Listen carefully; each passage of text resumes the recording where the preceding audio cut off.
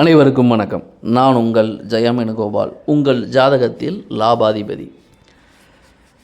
எந்த ஒரு ஜாதகத்திலுமே ஃபஸ்ட்டு 11ஆம் அதிபதின்னு சொல்லப்படுகின்ற அந்த லாபாதிபதி எப்படி இருக்காருன்னு பார்க்கணும். ஏன்னா ஜாதகருக்கு திருப்தியை தரக்கூடிய ஸ்தானம், ஜாதகருக்கு லாபத்தை தரக்கூடிய ஸ்தானம், ஜாதகருக்கு மன மகிழ்ச்சியை தரக்கூடிய ஜாதகம் எதாக இருந்தாலுமே லாபாதிபதின்னு சொல்லப்படுகின்ற 11ஆம் அதிபதி தான் ஜாதகருடைய கோரிக்கைகளை, ஆசைகளை நிறைவேற்றக்கூடிய தன்மையுடையவர்.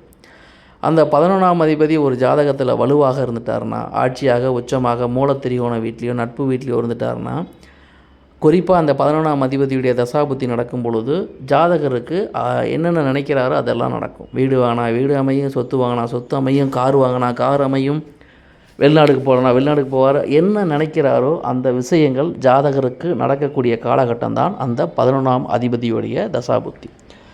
11ஆம் அதிபதி ஒரு ஜாதகத்தில் எந்த அளவுக்கு வலிமையாக இருக்கிறாரோ அந்த வலிமையை பேஸ் பண்ணித்தான் ஜாதகருக்கு கிடைக்க வேண்டிய விஷயங்கள் தங்குதடை இல்லாமல் கிடைக்கும் அப்படிங்கிறது நாம் நோட் பண்ண வேண்டிய ஒரு விஷயம்.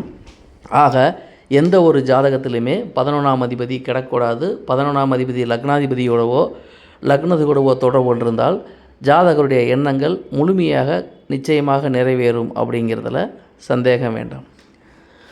லாபாதிபதின்னு சொல்லக்கூடிய கிரகமும் லக்னாதிபதியும் இருவரும் வலிமையாக இருந்துவிட்டால் ஜாதகர் என்ன நினைக்கிறாரோ, என்ன அடையணும்னு விரும்புகிறாரோ அந்த விஷயங்கள் கண்டிப்பாக நடந்தே தீரும் அப்படிங்கிறது நாம் தெரிஞ்சுக்க வேண்டிய ஒரு சிறு தகவல். அப்போ உங்கள் ஜாதகத்தில் பாதிக்கப்படாத லாபாதிபதி லக்னாதிபதியோடு சேர்ந்திருந்தால் நிச்சயமாக நல்ல பலன்கள் ஜாதகருக்கு கிடைத்தே தீரும் அப்படிங்கிறதுல சந்தேகம் வேண்டாம்.